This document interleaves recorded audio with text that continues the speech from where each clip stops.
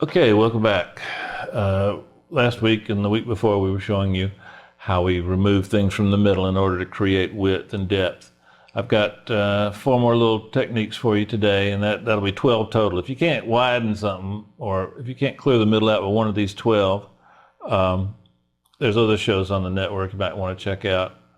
No, I'm not going to say that. Anyway, I love my audience.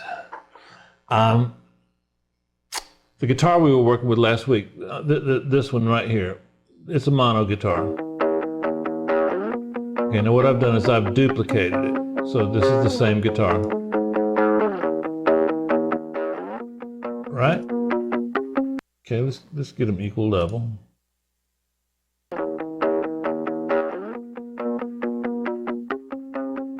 Okay, now let's pan one left and one right.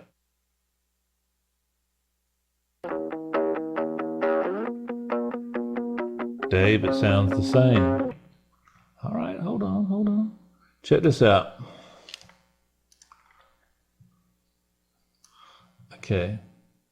Now on this little bad boy, we're going to take off and roll off everything below 680. Now on this bad boy, we're going to do the opposite. We're going to roll off everything below around 700. Okay, now watch what that does together. Without it. With it. Pretty cool. And experiment with this. Oh, I like that right there. What's that? It's about where I was before. But move these around. Move this around, move this around. And here again, you're going to want to combine this with other techniques. You might combine this with center. You might combine this with isotope or whatever. It's not an either or. You can try different techniques. And because I'm showing pianos, guitars, strings, and synths, that doesn't mean this technique is only for guitars. It's a darn good one for guitars, as you can see. But it can be you can use it for anything. And this is going to help us have options in terms of what we put in the middle. Remember, there's 3 sacred spots in the mix. The most sacred spot is the middle, and then the other 2 are the left and right, hard left and right. Now you can do a pretty doggone good mix with a switch that just selects whether you want something in the middle, on the left, or on the right.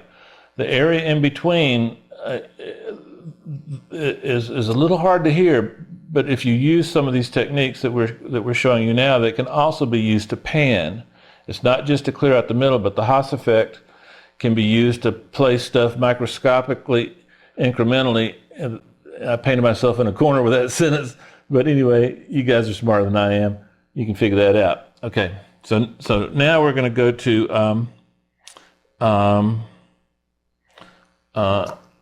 a direct. I've talked about the Haas effect for a while. Now we're going to go to an exact 100% example of the Haas effect.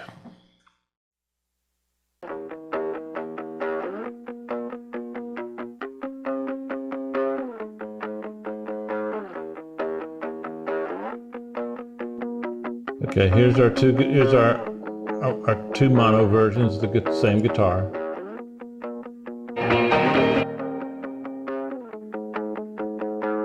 Okay, now what I'm going to do is I'm going to take this delay. Now, the Haas effect, don't hold me to these numbers, you guys. Sometimes you put my feet to the fire, and I'm not that bright to be like looking for little tiny details. But in my mind, I tend to think of the Haas effect as anywhere from a microsecond or a millisecond or 2 up to about 30, 35, somewhere in there. Some definitions take it up to 50. And the concept behind that is that if you've got something coming out of both speakers at the same volume, then your ear interprets that as coming out from the middle. And it's not coming out from the middle, it's coming out from this speaker and this speaker, but there's the perception that it's coming out the middle. So panning is nothing more than the amount of volume you send to each speaker. Think about that, because that's critical to some of the things we're going to do down the road. So what we're going to do is the ear, according to Mr. Haas, can discern. We'll read that because I don't want to butcher the definition, but basically what we're doing, we're implementing the concept that something still is perceived is coming from the middle, even though we're delaying one side, and that gives it a widening effect. Watch this.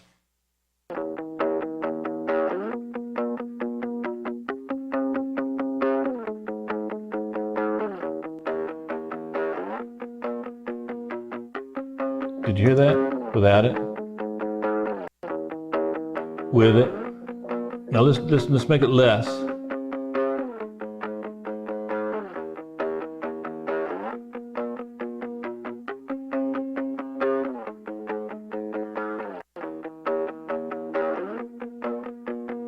It's still sounding like almost one source until we get up. Now that's clearly a delay. But if you look at these numbers down in here, it still sounds like it's coming from the middle, but watch this. Dave, what about mono? Nothing went away. That's the beauty of the Haas effect. Now, if I was a TV director, would I worry about black and white? No. If you got a black and white TV, you shouldn't be watching my TV show. I think we're at the point now where I can declare on this week's ITL of Pensada's Place, mono is dead. Okay, tell all your friends, mono's dead. Don't worry about mono. Now, there are uses for checking things in mono. We'll do something about that. But for all practical purposes, would you rather sell less records and please the 3 guys that still listen in mono, or sell more records? Everybody's listening to headphones now, and you're still working in mono? Come on, man. Get with the program. All right. Now, earlier in an earlier episode or show, I told you that sometimes stereo is not stereo. This particular string track happens to be fairly stereo, so I didn't pick the best source for an example, but this is still pretty dramatic. A lot of times your stereo synth part is actually just a mono that's just chorus to one side. So let's check out this synth part, string part. Okay, fairly stereo, not too bad. All right, now let's do this. I'm going to pan this a little bit this way. Okay, now I'm going to send it to this delay. Study these. These are pretty interesting numbers. They're not random.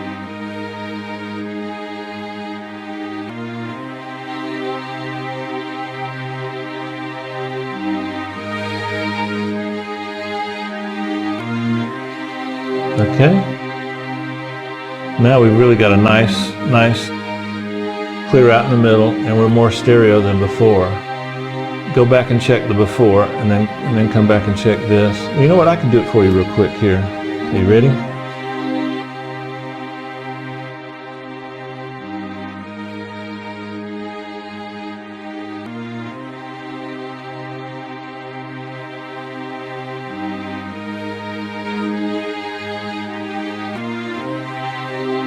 All right. Okay, one last one. So hang with me now. All right, guys. This one is a little subtle, and to be honest with you, I wanted to have 4 things in this episode, so I'm stretching it on this one. So if you call me on it, you're right. But I do use this, and there's some big time engineers that I hear using this technique. They might implement it with a couple of PCM 42s or something like that. I happen to like this setting. So here we go. This is my stereo guitar.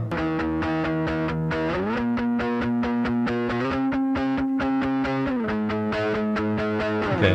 Now I'm gonna shift one side 41 samples, not very much. Okay. Now I'm gonna bring in Echo Boy.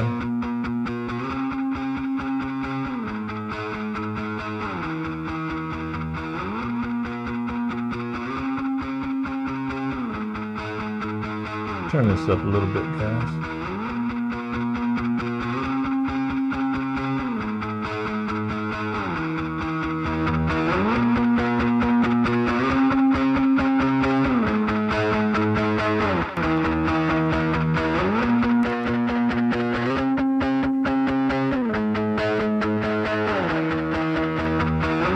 Anyway, you can see I don't want to take time to adjust the volumes exactly, but you hear what it's doing.